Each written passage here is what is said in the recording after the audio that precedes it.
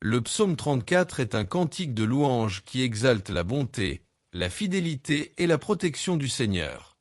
Il nous invite à célébrer la présence de Dieu en toutes circonstances, en reconnaissant que chaque mot de gratitude est une réponse à la sollicitude divine qui soutient nos vies et fortifie nos cœurs. Dans cette première partie, des versets 1 à 11, nous explorons, verset par verset, ce cantique qui nous enseigne à adorer le Seigneur avec joie, confiance et abandon. Êtes-vous prêt à vivre ce cheminement spirituel et transformateur? Ce psaume nous appelle à considérer chaque bénédiction, chaque délivrance et chaque manifestation de la sollicitude divine, en prenant conscience que même dans les moments difficiles, sa fidélité demeure inébranlable. C'est une invitation à apprendre à reconnaître la bonté divine dans tous les aspects de notre vie. Restez jusqu'à la fin, car outre une réflexion profonde et édifiante, nous prierons ensemble, inspirés par ce psaume. Une prière qui peut raviver votre foi, renouveler votre espérance et éveiller en vous un désir encore plus grand d'adorer le Seigneur de tout votre cœur. Tout au long de cette méditation, nous découvrirons que la véritable sécurité ne réside pas dans les circonstances favorables, mais dans la certitude que Dieu protège, soutient et accomplit fidèlement chacune de ses promesses. Il est le Dieu qui écoute, agit et transforme toutes les situations en son temps parfait, guidant chaque pas de son enfant bien-aimé.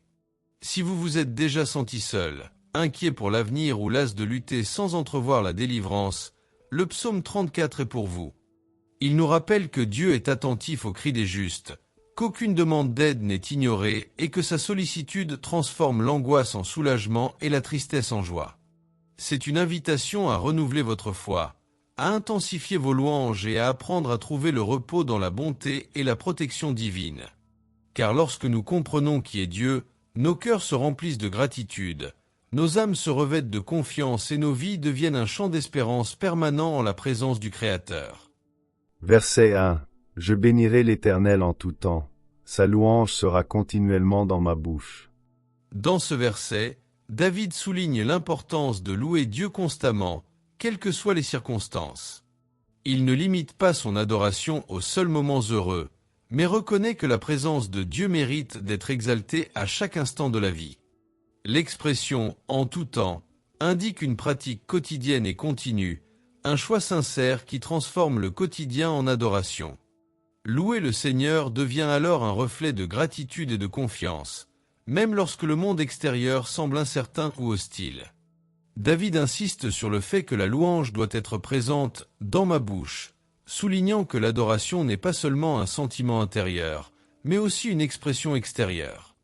Chanter, exprimer sa gratitude et proclamer la grandeur de Dieu sont autant de moyens de maintenir notre esprit connecté à sa présence. Cette pratique fortifie la foi, apaise le cœur et crée un climat spirituel de confiance, nous rappelant qu'une adoration constante transforme notre perception des difficultés. Mettre ce verset en pratique aujourd'hui, c'est cultiver une habitude de louange constante, même dans l'adversité.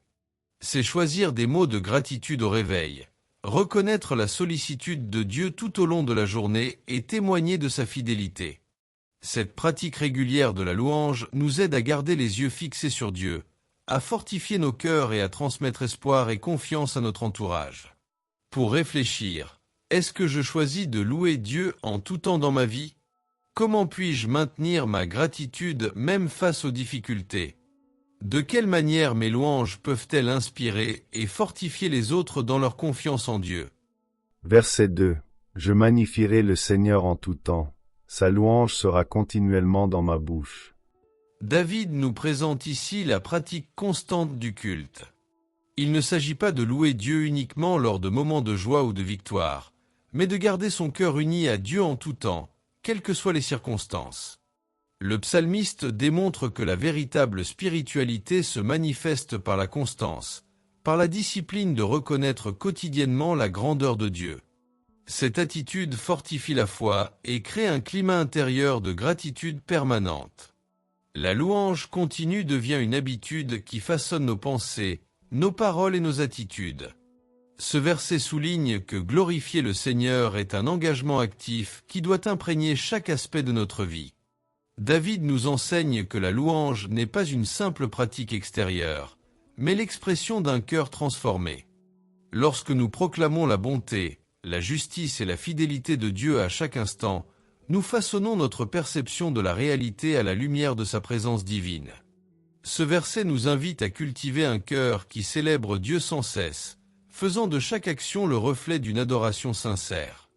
Appliqué à notre vie quotidienne, ce verset nous invite à louer Dieu même dans l'épreuve.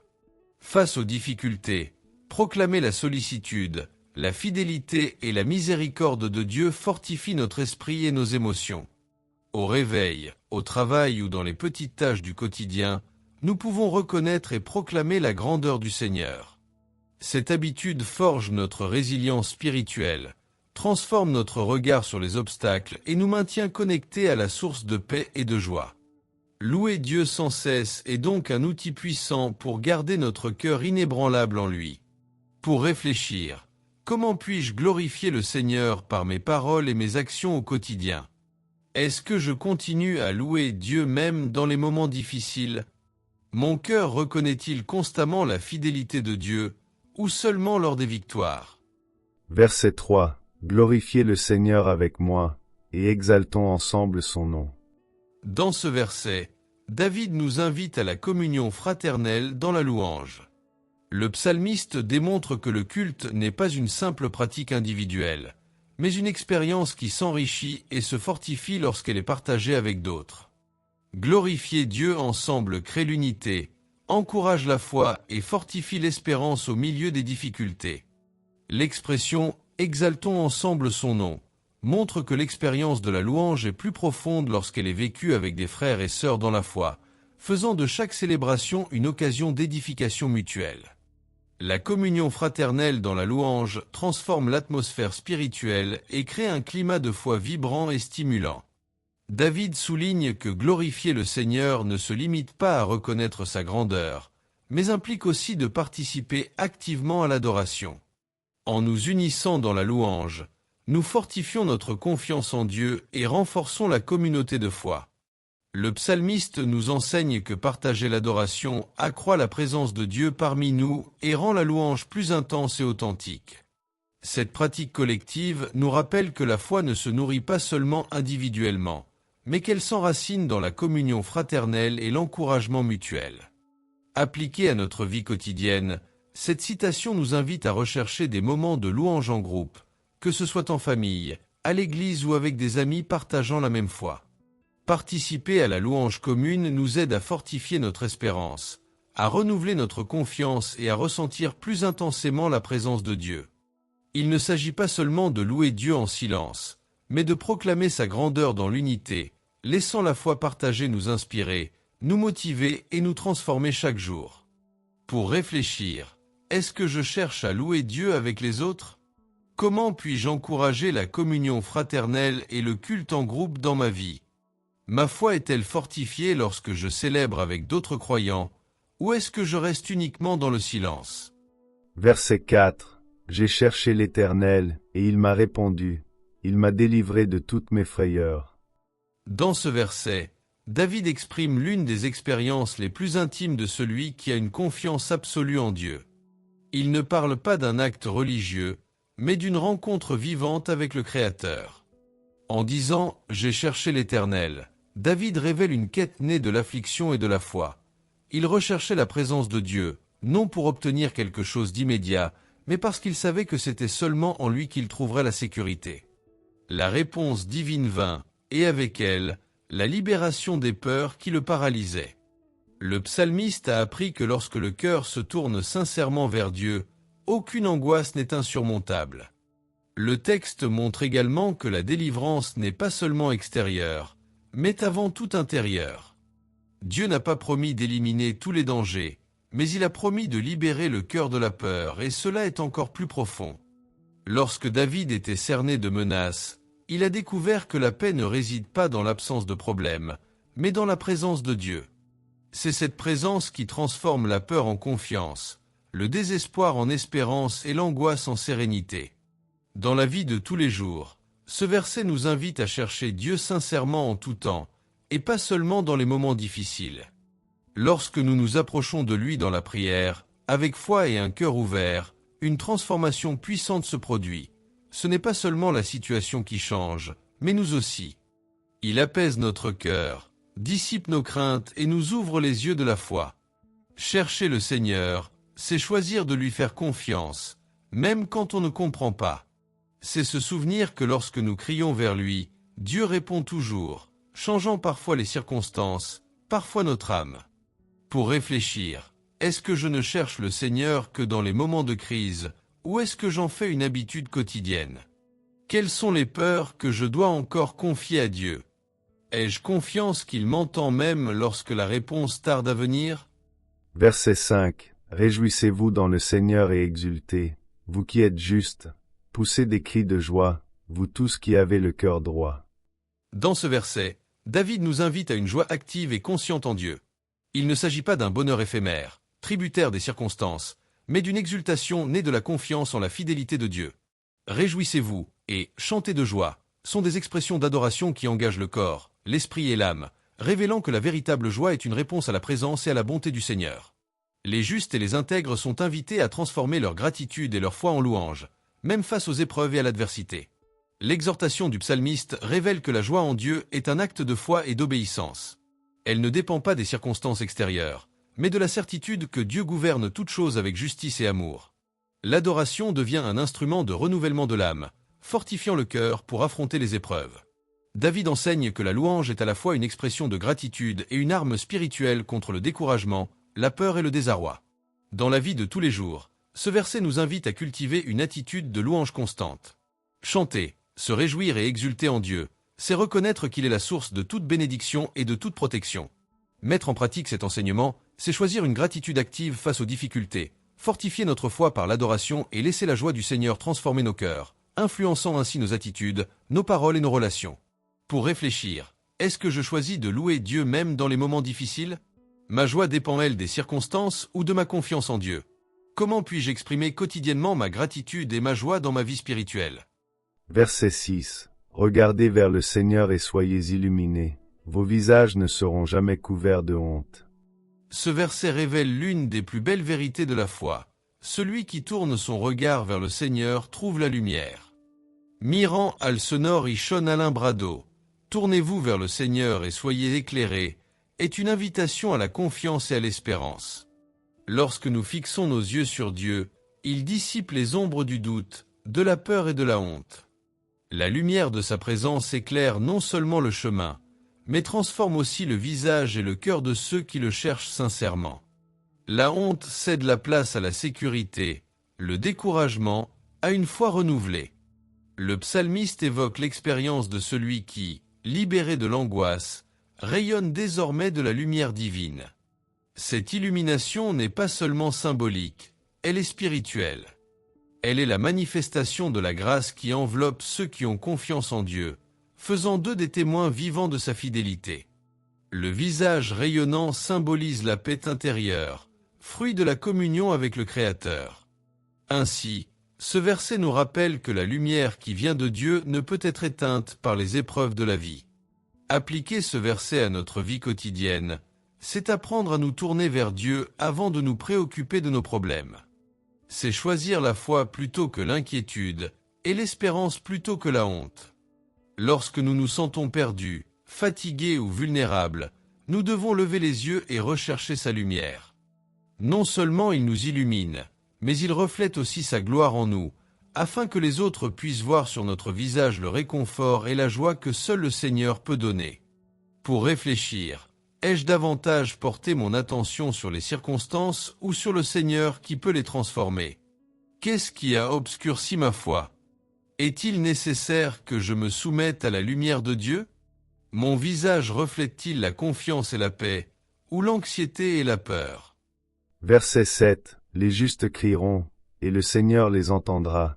Il les délivrera de toute leur détresse. Ce verset révèle la promesse de Dieu d'entendre le cri du juste et d'intervenir dans ses difficultés. David souligne l'importance de la prière sincère comme moyen de communication avec le Créateur. Le « juste » ici n'est pas une personne sans défaut, mais celle qui a confiance en Dieu et cherche à vivre selon sa volonté. L'écoute divine ne dépend pas de nos circonstances extérieures, mais de la disposition de notre cœur à nous tourner vers lui avec foi et abandon. Le psalmiste souligne que Dieu non seulement entend, mais agit pour délivrer ceux qui crient vers lui dans sa justice. Cette délivrance englobe toutes les formes de détresse, la peur, la douleur, l'oppression ou la solitude. David nous enseigne que le Seigneur se soucie de chaque détail de la vie de ses enfants et intervient au moment et de la manière qui correspondent le mieux à sa sagesse et à son dessein. La prière est donc l'expression d'une confiance active, un acte qui éveille l'action divine. Appliquer cet enseignement aujourd'hui signifie présenter nos angoisses à Dieu sans hésitation, en ayant confiance qu'il nous entend et nous libère. Lorsque les difficultés nous accablent, ce verset nous rappelle la puissance et le pouvoir transformateur de la prière. Nous devons nous abandonner totalement à lui, sachant qu'il agit en notre faveur et nous donne la paix, le courage et des solutions qui dépassent notre entendement. Pour réfléchir, est-ce que je confie sincèrement mes angoisses à Dieu, ou est-ce que j'essaie de les résoudre par moi-même? Ai-je confiance qu'il m'entendra et me répondra en son temps? Comment puis-je vivre ma foi activement par la prière, même face à des difficultés persistantes? Verset 8. L'Éternel est près de ceux qui ont le cœur brisé, et il sauve ceux qui ont l'esprit abattu. Ce verset révèle la proximité de Dieu avec ceux qui souffrent intérieurement. David souligne qu'il n'est pas nécessaire de cacher notre douleur ni de feindre la force. Dieu se rapproche de ceux qui ont le cœur brisé.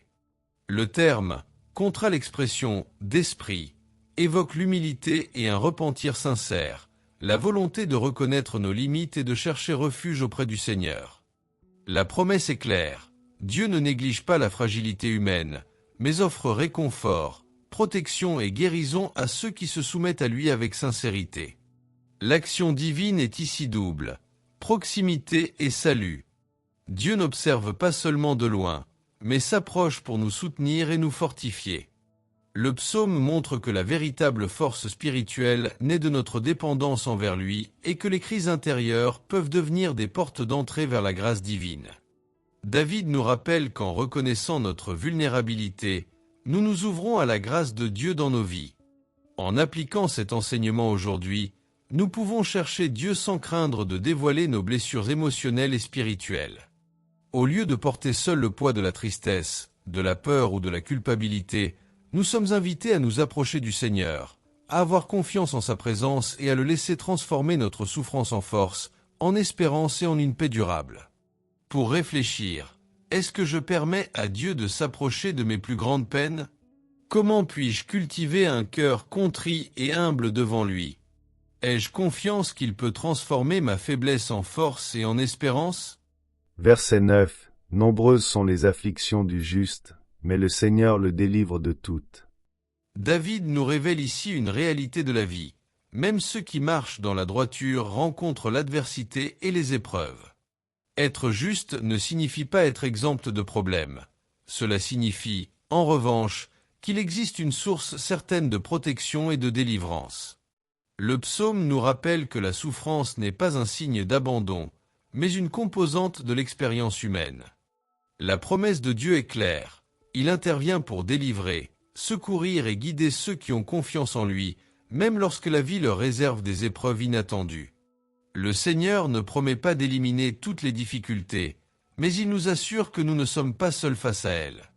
Ce verset révèle que la délivrance divine est totale, car David affirme « Le Seigneur les délivre tous », indiquant ainsi que Dieu est souverain en toutes circonstances et qu'il a le pouvoir d'agir en faveur des justes.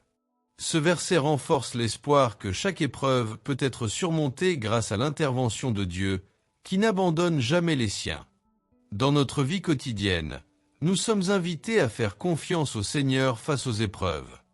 Lorsque nous sommes confrontés à des pertes, des déceptions ou des injustices, nous pouvons nous souvenir de ce verset. Même dans le chaos, Dieu est présent et œuvre pour notre bien. Cela nous encourage à rester fermes, à implorer son aide et à trouver le repos dans la certitude qu'il est notre fidèle libérateur. Pour réfléchir, ai-je confiance en Dieu même face aux difficultés? Comment puis-je me rappeler qu'il maîtrise toutes les situations?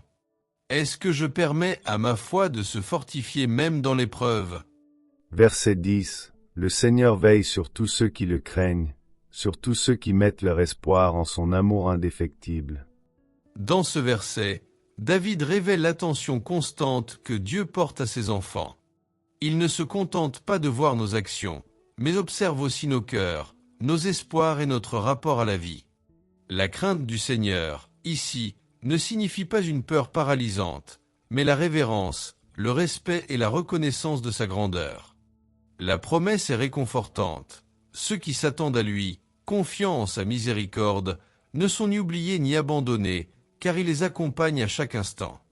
L'attention divine est personnelle et constante. David souligne que Dieu observe tous ceux qui espèrent en sa miséricorde, indiquant ainsi que sa vigilance est attentive à la fidélité et à la confiance que nous lui accordons. Le psaume nous rappelle que la patience et l'attente active, fondée sur la miséricorde de Dieu, engendrent protection, guidance et sécurité.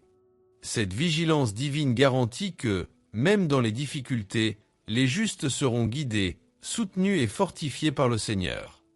Dans la vie de tous les jours, ce verset nous invite à vivre dans la confiance et le respect. S'en remettre à Dieu et craindre son nom, c'est dépendre de lui, rechercher sa guidance et reconnaître que notre sécurité ne repose pas sur nos propres capacités, mais sur sa fidélité. Se souvenir qu'il observe chacun de nos actes et chacune de nos pensées nous inspire à agir avec intégrité, patience et courage, sachant que nous ne sommes pas seuls. Pour réfléchir, ai-je confiance en la protection divine sur ma vie ? Comment puis-je cultiver une crainte révérencieuse et saine de lui ? Attends-je patiemment sa miséricorde, même lorsque les résultats tardent à venir ? Verset 11. Car du haut des cieux, le Seigneur regarde et voit tous les enfants des hommes. Dans ce verset, David souligne la souveraineté et l'étendue de la sollicitude divine. Dieu n'observe pas seulement attentivement, mais du haut des cieux, il contemple toute l'humanité, comprenant nos faiblesses, nos intentions et nos besoins. Son regard ne se limite pas aux apparences ni à des instants isolés, il voit le cœur et la vie de chaque personne. Ce regard souverain apporte sécurité et réconfort, car il confirme que rien n'échappe à l'attention de celui qui gouverne avec justice et miséricorde. Le regard de Dieu est vaste et parfait. Tandis que nous n'apercevons que des fragments de la vie, il embrasse la totalité de l'histoire de chaque individu et de chaque nation. David nous rappelle que, même lorsque nous nous sentons invisibles ou incompris, rien n'échappe au regard attentif du Créateur. Il agit avec sagesse et détermination, soutenant ceux qui le craignent et guidant l'histoire selon ses plans parfaits. Appliquée à notre époque, cette leçon nous invite à vivre en ayant conscience que rien n'échappe au regard du Seigneur. Chaque décision, chaque parole, chaque geste est remarqué et revêt une importance à ses yeux. Cela nous encourage à agir avec intégrité, à avoir confiance en sa justice et à trouver la paix intérieure, sachant qu'il est attentif, protecteur et guide, même lorsque les difficultés semblent insurmontables ou invisibles aux yeux humains. Pour réfléchir, est-ce que je vis d'une manière qui plaise à Dieu, sachant qu'il me regarde constamment ? Comment puis-je aligner mes actions quotidiennes sur sa volonté ? Ai-je confiance que Dieu voit toute ma vie, et pas seulement les moments visibles aux autres ? À la fin de cette première partie du psaume 34, nous ressentons l'invitation de David à vivre une foi qui s'exprime par une louange constante et une confiance inébranlable. Chaque verset révèle l'intimité d'un cœur qui a appris à dépendre entièrement du Seigneur, même au milieu des épreuves. David ne parle pas d'une foi théorique, mais d'une expérience vivante avec Dieu, forgée dans les luttes, les larmes et la victoire. Il nous montre que la véritable adoration naît de la gratitude, non seulement quand tout va bien, mais surtout quand l'âme choisit de faire confiance. La louange devient alors une arme spirituelle qui transforme la douleur en espérance et la peur en courage. Que cette première partie du psaume 34 éveille en vous le désir de chercher le Seigneur avec la même ferveur que David. Que chaque mot lu et médité se transforme en prière, en abandon et en renouvellement de la foi. Lorsque nous reconnaissons que le Seigneur nous entend, nous libère et nous soutient, nous trouvons la force d'affronter toutes les épreuves. Que la louange soit toujours sur vos lèvres et la confiance dans votre cœur, car celui qui se réfugie en l'Éternel ne sera jamais déçu, et celui qui le craint demeure à l'abri de sa fidélité éternelle. Maintenant que nous comprenons le sens de chaque verset et le message que le Seigneur souhaite nous transmettre à travers le psaume 34, première partie, versets 1 à 11, je vous invite à poursuivre votre méditation et votre prière sur ce psaume pendant 6 jours. Lisez chaque verset comme une expression de confiance et d'adoration, en laissant la sollicitude et la fidélité du Seigneur transformer vos difficultés en espérance. Puisse cette pratique fortifier votre courage et vous permettre de garder confiance, même lorsque les épreuves semblent insurmontables. Puisse chaque mot éveiller en votre cœur la certitude que Dieu est source de refuge, de protection et de renouveau en tout temps. Et pour sceller ce message dans nos cœurs, nous vous invitons maintenant à prier et à garder précieusement cette prière inspirée du psaume 34, première partie. Revenez-y chaque fois que vous vous sentez découragé ou que les circonstances semblent sombres. Souvenez-vous que le Seigneur relève ceux qui le cherchent avec une foi sincère et que sa présence apporte sécurité, réconfort et force au cœur affligé. Que cette prière renouvelle votre espérance, fortifie votre confiance et fasse naître en vous la paix de celui qui a appris à s'en remettre au Seigneur, avec foi, gratitude et un cœur inébranlable, jusqu'à ce qu'il manifeste toute sa fidélité et sa sollicitude. Prière inspirée du psaume 34, première partie, verset janvier 2011. Dieu Tout-Puissant, Seigneur, mon âme exulte et te loue, car je connais ta fidélité et ta bonté, qui se renouvellent chaque matin. Fortifie mon cœur afin que je proclame toujours ta grandeur et raconte les merveilles que tu as accomplies. Que je vive dans une gratitude constante, reconnaissant que chaque victoire et chaque protection viennent de toi. Apprends-moi à avoir une confiance totale en ta sollicitude et à marcher dans l'intégrité, sachant que ceux qui te cherchent ne seront jamais abandonnés. Que mon adoration soit sincère et que ma vie reflète la louange qui jaillit d'un cœur abandonné à toi. Seigneur, guide mes pas et éclaire mon chemin, afin que je vive selon ta volonté parfaite. Père bien-aimé, aide-moi à te craindre de tout mon cœur, à fuir le mal et à demeurer fidèle à ta parole. Que je comprenne l'importance de rechercher ta présence à chaque instant, et non seulement dans l'épreuve. Fortifie ma foi afin que j'affronte les difficultés avec courage, sachant que ta justice protège ceux qui ont confiance en toi. Que ma confiance en ta bienveillance inspire les autres à connaître ton amour. Apprends-moi à discerner ce qui te plaît et à vivre dans l'obéissance, en t'honorant dans tous mes actes. Que ma vie soit un témoignage vivant de ton amour et de ta fidélité constante. Seigneur, accorde-moi la sagesse de remettre entre tes mains mes peurs, mes angoisses et mes soucis. Que je marche en sécurité et en paix, sachant que tu es mon refuge et ma forteresse en tout temps. Bénis mes jours de ta présence, guide mes décisions et fortifie mon esprit face aux tentations et aux épreuves. Que je demeure vigilant, confiant que ceux qui te font confiance ne seront jamais déçus. Ravive mon espérance et fortifie en mon cœur la certitude qu'en toi je trouve la vie, la protection et une joie durable. Que chacun de mes pas soit un témoignage de gratitude, de louange et de confiance en ton amour éternel. Au nom de Jésus, Amen. Si ce message vous a touché, aimez cette vidéo et partagez-la avec quelqu'un qui a besoin de se souvenir que, même face aux épreuves, aux incertitudes et aux difficultés, le Seigneur demeure notre force, notre refuge sûr et celui qui transforme l'adversité en espérance et en joie. Puissions-nous, ensemble, apprendre à avoir toujours plus confiance en la présence de Dieu, à exalter son nom en toutes circonstances et à vivre avec courage, certain qu'il n'abandonne jamais ceux qui le cherchent avec une foi sincère. Abonnez-vous à la chaîne pour continuer à suivre nos profondes réflexions sur les psaumes.